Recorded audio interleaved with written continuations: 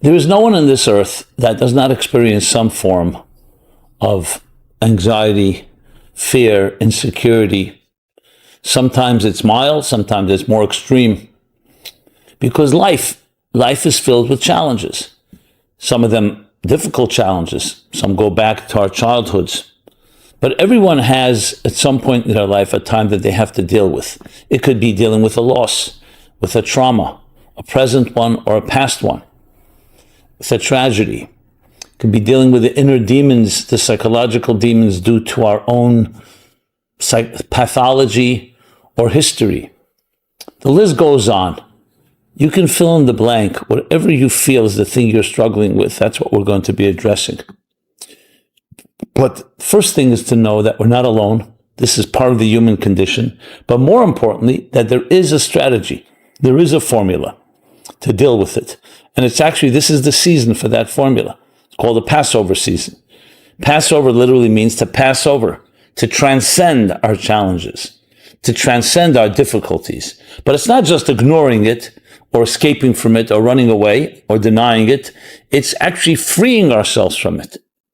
And indeed, it's a formula that goes back 3,334 years.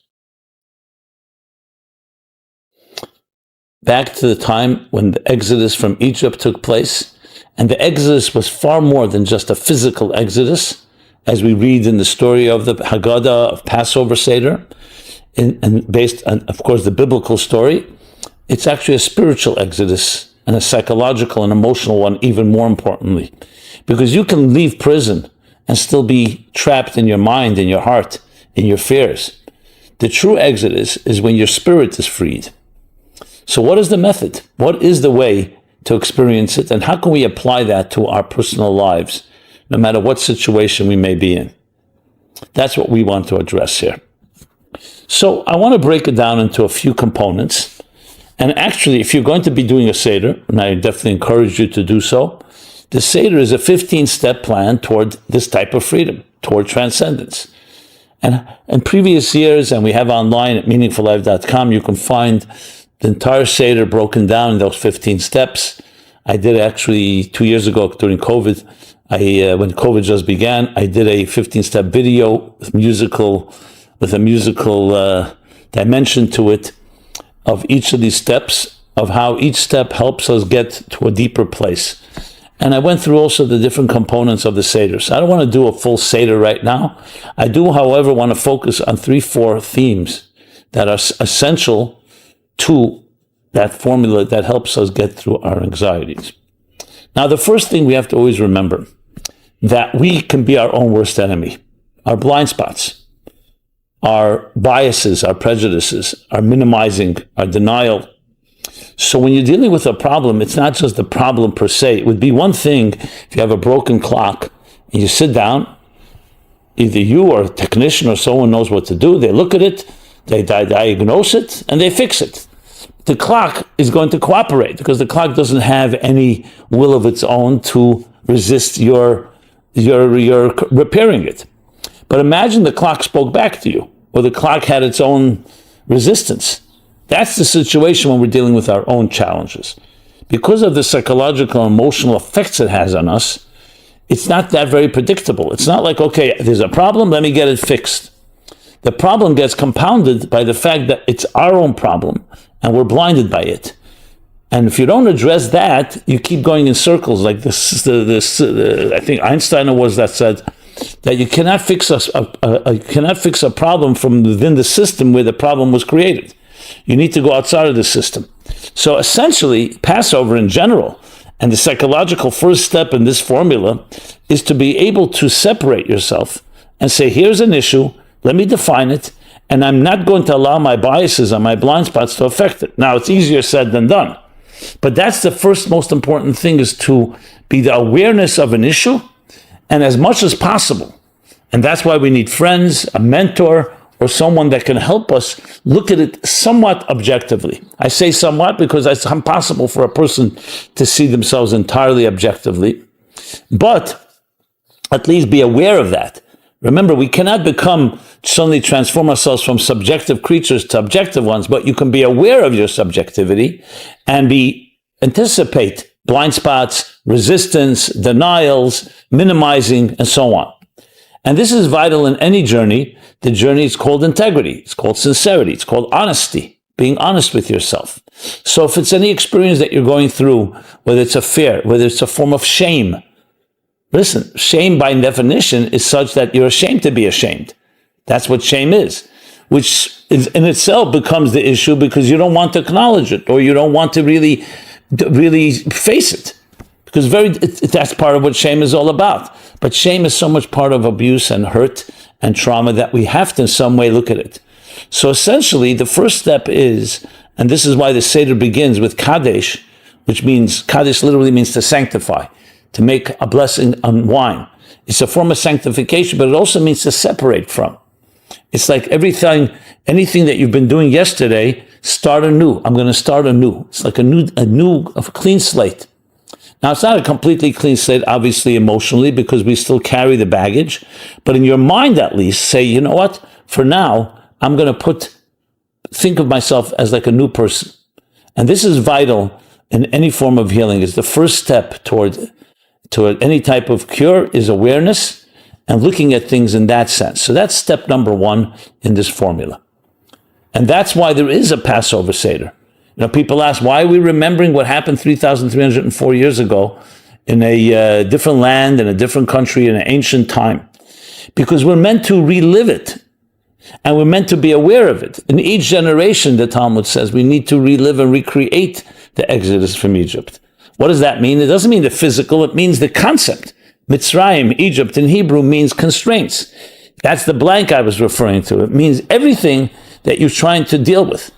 So I would begin and identify what are the issues you want to deal with, or one issue or several, and then think of it that here we have a night, we have a day where we can use this time, this energy of this time, to focus and say, okay, I'm going to focus on this. I know I have power, and I'm going to recreate both my challenge, but most importantly, the exodus from it. So the first exodus is not being defined by it and not being shaped by it, which means being aware that it's there. That leads me to point number two, which is not being shaped and not defined. I know I just jumped the gun for a moment. The next thing you need to know that you are not your problems.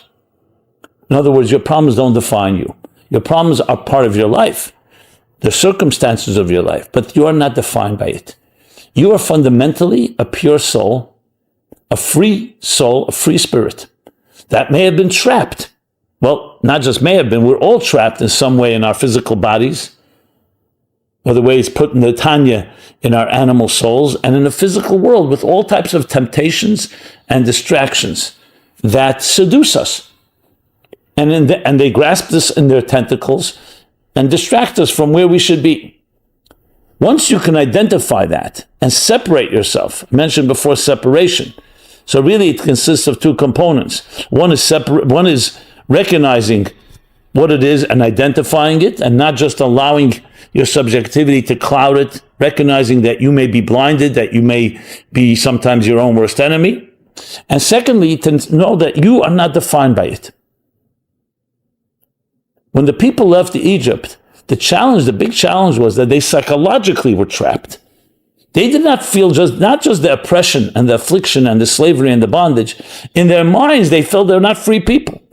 It says they couldn't even listen to Moses because of their shortness of breath and the difficult work. Because when you're overwhelmed, you can't hear things. You can't see things clearly. So the critical component was that Moses convinced them in a positive way, your time of redemption has come. You are really free people. And when your mind and your heart and soul, you know that, then the rest follows. Obviously, you still have to deal with adversity, you have to deal with your captors, or you deal with your oppressors, which was also dealt with. But the first thing you need to know, that you can win this battle. There was a custom in olden times, I'm not sure which armies, as they marched out to war, even before the first battle, they would sing a song of victory. Now, they didn't even begin battling, but it was the confidence. You see it today. It's replicated in every game. Look at a football game of baseball. You see how the coach, the teams, they hype each other up.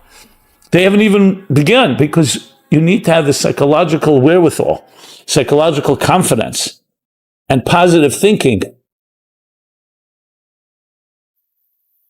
the psychological confidence and positive thinking that you could win. And if you don't have that, even if you have the stronger army or more weapons, you may lose. And you will lose. Because psychologically, your opponent may be weaker than you, but psychologically, they can beat you.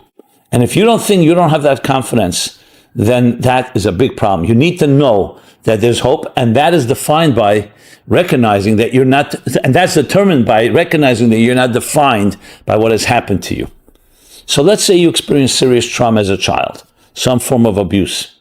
Let's say you have deep shame inside of you. You have other fears that are a result of that play itself out in your life, as you may know better than anybody else does.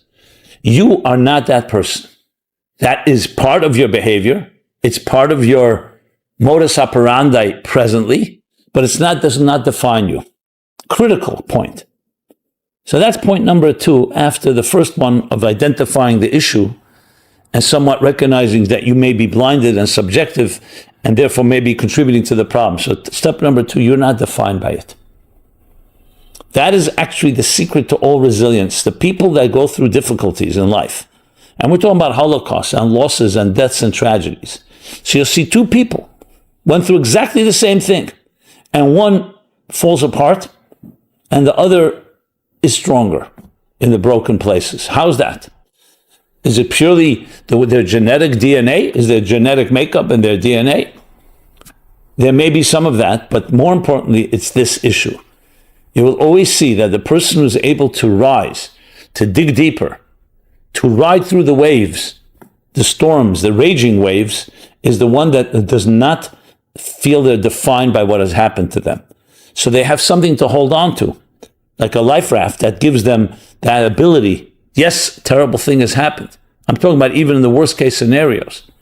Definitely milder situations, but it's not me. And therefore the me remains intact. As soon as you think you are your problem, that the tragedy is you, so besides the fact that you first blame yourself and say, look, I'm damaged goods. Nobody will love me. Nobody cares about me. I'm worthless. That's obviously a tremendous part of the problem. But in addition to that, you have nothing to hold on to because you feel you are the issue. Whereas if you know there's a me and there's what happened to me, that's very different. Then the me may still be submerged and may be difficult to access, but at least you have hope in accessing it. So that's message number 2 in this 3,334th year, 3,334 year formula of Passover, to remember this idea that you are not defined by it, that you are a free person and you can talk about the trauma, you can talk about the past, you can talk about the bondage, the slavery in the context of Egypt, or any other of the experiences and fears and other stuff that has happened to us that causes us to be inhibited or not to be able to really express ourselves completely. So that's number, what do we say, number 2. So the number 3 point is Passover is all about questions. You see, it's built around questions. The children are encouraged to ask questions. Things are done to provoke the children to ask questions. Why is that so important to ask questions? And it's not just to create a dialogue and engaging. It's deeper than that. Because questions is the ultimate expression of freedom. The freedom of expression. Free speech. As you see in the Declaration of Independence and Bill of Rights, it goes back all the way to Passover. Pesach, the Hebrew word for Passover, means Pesach, a speaking mouth. You are allowed, not only allowed, you're encouraged. You're actually obligated to ask questions. Asking questions means you're allowed to express yourself. What is one of the worst parts of shame that is a result of any form of hurt in life? You're silenced. You can't speak because you're told, who are you to say anything? Nothing happened. The silence, they say, is worse than the crime. Or more graphically put, the silence is worse than the rape. Because it's one thing to be violated and to be hurt. So at least you could cry out in protest, in pain. But if you're told you can't cry, smile. There are pictures to be taken. What do you think happens? That means you're being invalidated. Your very pain is being invalidated. Far worse than the original pain. So we're told, express yourself. Magid. is the main bulk, the fifth step in the 15 steps of the Haggadah, of the Seder, which is the name Haggadah. Magid means to relate. Haggadah means the relating of the story. We talk. Not only can we talk, we should talk. We must talk. And talking means, obviously, asking questions, being curious, knowing that you will not be silenced or shut down. Now, obviously, there's a healthy way to ask questions. Some people ask questions just to ask questions to justify their position, not because they want answers. Here we're talking about questions as part of a journey toward freedom. And that's why you'll see any free society, the first thing is freedom of expression. I don't know if this applies today, but Thomas Jefferson said if he had to choose between free speech and a free press, he would use free press, because without a free press, you won't have freedom of speech. Some people question whether there is a free press today, but that's another discussion. And that's why you also see on the other side of the coin, the other end of the spectrum, what is a fascist regime, a totalitarian regime? Any dictator comes to power, the first thing they do is they have to silence their enemies. They have to silence their opponents. They have to mind control, propaganda, controlling the airwaves,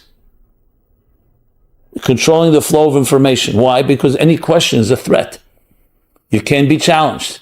That's why you'll see these regimes will establish immediately a Bureau of Truth and Information. Rest assured, if you hear about a Bureau of Truth and Information, you can know it's neither true nor information. Because truth and information should be coming from all of us to ask. Fine, we go to intelligent people, to objective people, to scholars, to people who are experienced, to seasoned individuals. Pravda, which is the Russian newspaper, the communist newspaper, you know what Pravda means? Truth.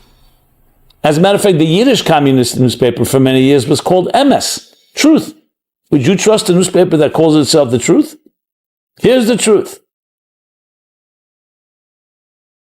Some say the word emes in Hebrew is written in Hebrew Yiddish, Aleph Mem Sof. The newspaper actually spelled it Ayin Mem Ayin Samach. If you're familiar with the Hebrew, that's a complete misspelling. It's pronounced that way.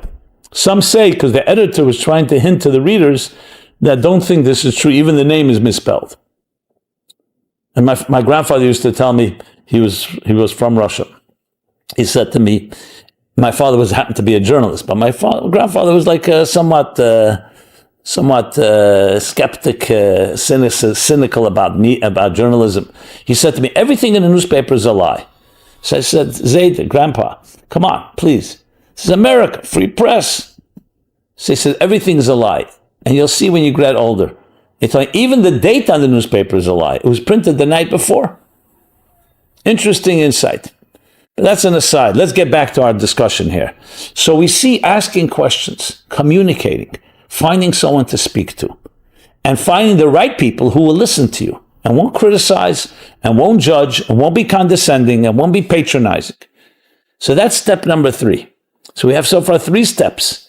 One is understanding your subjectivity and blind spots and somewhat separating yourself from the experience that you're dealing with, your Mitzrayim, your shame, your fear, your anxiety, your trauma, whatever it may be.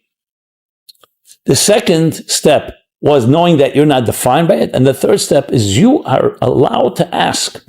And this actually reinforces point number 2, because once you're allowed to speak, then you can say, 1 second, something was done to me. Something hurt me.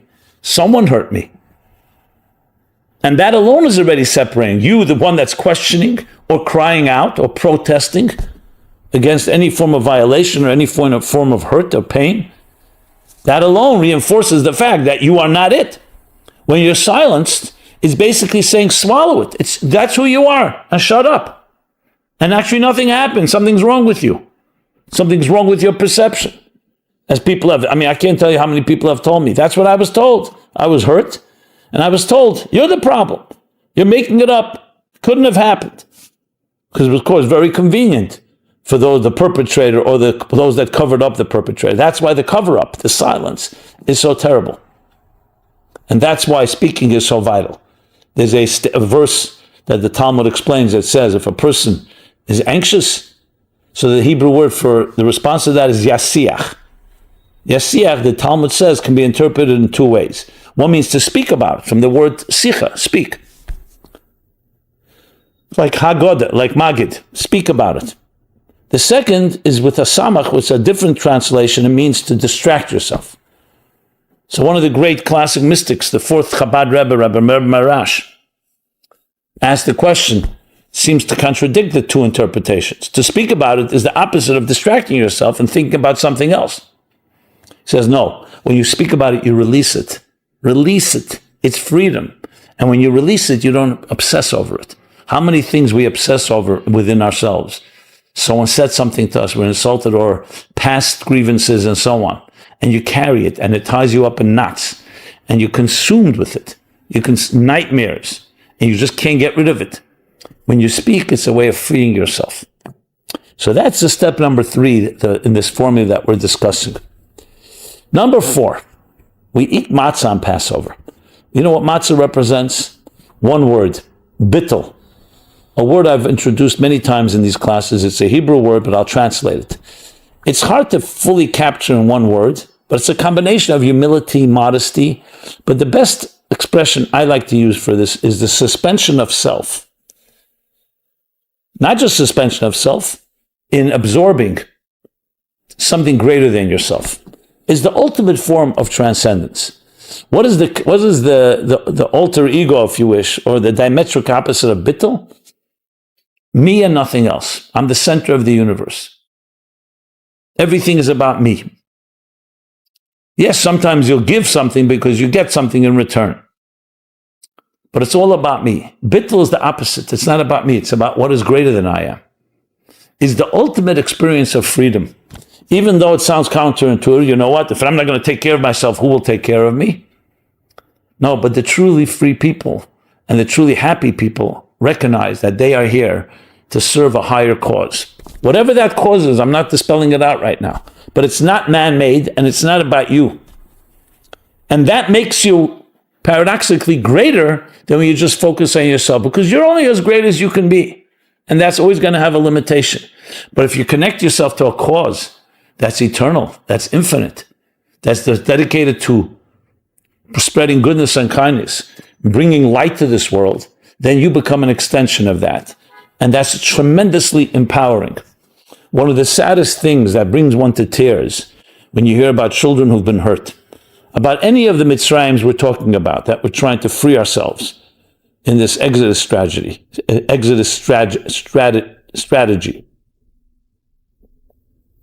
is that we were not allowed. We were hurt, and it's so-called our flower began to close up, like literally in a like in a fetal position where you curl up in your fears, and you can't spread your wings and soar and be yourself and really express the true you. So what happens is that you become very trapped in that little corner that you've been placed. That's the ultimate enslavement. Not being able to be yourself, the fullest sense of yourself.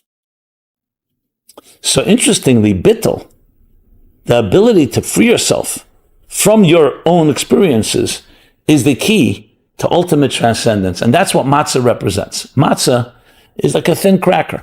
It's flour and water, just like bread, but bread is not allowed on Passover. Why not? Because bread is chametz, leavened bread, which means that it's the yeast and it inflates. It represents ego, self. And matzah represents lechem oini, the minimal, just bread, just flour and water that is not allowed to inflate and rise. And as a result, it captures and personifies the concept of this suspension of self, which is so vital to freedom. Now, after Passover and before Passover, we do eat bread. Because a goal is not to destroy the ego. The goal is to sublimate it, to harness it. So the 7-8 days of Passover, 7 in Israel, outside of Israel, it's 8 days. We eat matzah that symbolizes this idea. But let's talk about the psychological aspect of it. It's recognizing that there's something greater than you are. And that you have the blessing and the gift to be part of it. Now, if you think about it, going back to the 3 previous steps, you'll see it's an extension. We began by first recognizing that you may be blinded. Secondly, you're not defined by your traumas and your negative experiences and by your suffering and pain. That doesn't define you. You may have suffered, but you're not a sufferer. Number 3 is the concept that we spoke about, being able to speak, to breathe, to be able to open up about it. And now we talk about transcendence, actually experiencing something greater than you are. So one of the most important things to remember, and it is counterintuitive again, that when you're feeling locked and trapped, the best thing you could do is not to curl up in bed, not isolate yourself and in your own lonely place, but actually to go out and help somebody, even if you're not in the mood. Because that is the ultimate expression of transcendence. Don't allow your mood, your feelings, your demoralization to control you. Now, that's not always going to be easy to do. That's why it's important to commit, either to volunteer, make sure it's locked in every Monday, every Tuesday, whenever it is, you're committed to doing so-and-so so you can't get out of it. That, again, paradoxically, will help free you from your very own sadness and demoralization, whatever experience you've had is causing you to have. So that's number 4, the concept of bittul. But then we also drink wine on Passover. So wine is like the other side of things. Wine is not just water. It's a rich drink. It's the drink of royalty. And on Passover night, we're supposed to be like royal. We're not just former slaves, just freeing ourselves and just getting out of prison. We're kings. Because as I said, we're free spirits that have been trapped and are trapped in some way in this material world. But that's not our definition. That's not who we are. So we drink wine that expresses that royalty, that expresses a certain openness of heart and soul, which wine does. It says, Nichnis yayin, as the wine enters, Yotza Said, the inner dimension of you is expressed. Now, we're not talking, God forbid, intoxication or any excessive drinking. And those that have issue with drinking, there are guidelines of how to do that on Passover. It's the symbolism that I'm discussing here, the significance of it, the expansiveness of it. Because on one hand, matzah alone, okay, fine, I will be humble and modest and suspend myself in something greater. But then you express that greatness in your life. You're drawing it down. It's not just you're subjugating yourself, you're drawing it back. And now drink like a king, like a queen. And know that you deserve everything in this world because you were created in the divine image and you're fundamentally a free spirit. Your soul is free. Nobody can enslave your soul except yourself. People can do things that can enslave you psychologically, emotionally, as we discussed. But ultimately, nobody can really control you, which is so much the essential theme of Passover. So we talked about 5 key components in this formula, in this 3,334-year formula of the Exodus strategy. Now, there's no doubt, this is going on for over 3 millennia, that when a person employs these methods and this formula, it will work. Now, there's no magic pill. Nothing works just overnight quickly. It's really an approach. And this approach is meant to be not just 1 night or 2 nights of the Seder, but it's meant to spill over, that you integrate it into your life all the time, which means every day you should be focusing on these 5 components. This is the true formula for total healing. And healing means that you can't erase your past, but you can transform it. You can harness it. And that's ultimately what the Passover teaches us, that which doesn't kill us makes us stronger. That which didn't hurt us makes us more powerful. And it's actually a verse in the book of Exodus, right? The beginning. As they were oppressed, in direct proportion to their affliction and oppression, they thrived and they flourished. That tells you the answer to all recovery. It's not just getting back to square one. It's not just damage control. No, it's harnessing, it's transforming, it's using it as a springboard. That whatever you've learned in your darkest moments, whatever you learned in those difficult places in life, will ultimately become the ingredients. Think of it like the tears that become the moisture that feeds and nourishes your growth and makes you into a far greater person. That's the ultimate goal in this whole process. So these 5 steps are all meant, and 5 steps, as I said, there are 15 steps of the Seder. I'm not replacing them.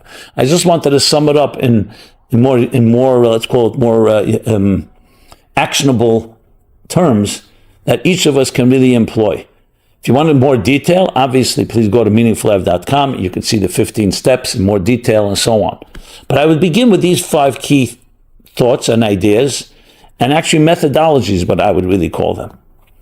And that will definitely create the transcendent Passover experience, but not just for 7, 8 days of Passover, but really forever. It's meant to set things in motion, because all these energies extend and continue to the rest of our lives. So it's time, my friends, each one of us, to finally become free. Yes, after all what we've gone through, each of us in our own way, and everybody knows what their own experiences are like, it's time to be free. And you have the right, and you have the gift, and no one should ever convince you of otherwise. Never accept someone telling you, nah, it's too late for you. Who do you think you are? You're too old. No, there's no such thing. The spirit, the soul does not age, does not die even. It continues to get more vibrant, but we have to access it. It's right there inside of you.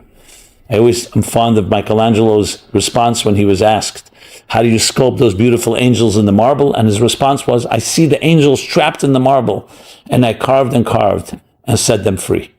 Set them free. The angels are within you. The song is within you. The flowers are within you. The beauty, that free spirit is within you right now. You must know that. And you must surround yourself with people who confirm and affirm that and validate that and encourage you instead of the opposite. And by following the steps we discussed, will definitely assure and help you get to these higher, greater places. So everyone should have a very, very freeing and transcendent Passover, freeing and transcendent life. Be the you that you were created to be. You were born an original. Don't become a copy. And even worse than a copy, just a product or even a victim of someone else's version or vision of what you should be. You have the capacity, literally, to become something that is unbelievable, eternal, and infinite, and manifest this in your life. Thank you so much. Everyone have a very happy holiday. This has been Simon Jacobson, Meaningful Life Center, meaningfullife.com, where you can find this and many other programs. We are also on YouTube, on Facebook, and all the different social media platforms. Please benefit, take advantage of our robust schedule of activities, as well as different programs, video, audio, text. And I'd love to hear your feedback and your thoughts and your comments and suggestions. And of course, share with others. At the end of the day, the greatest gift is to share, to pay it forward. If something touches you, make sure that you share it with another. The goal is to create a ripple effect that ultimately transforms, the butterfly effect that transforms existence itself and creates a transcendent world, starting with a world in microcosm yourself. Thank you so much.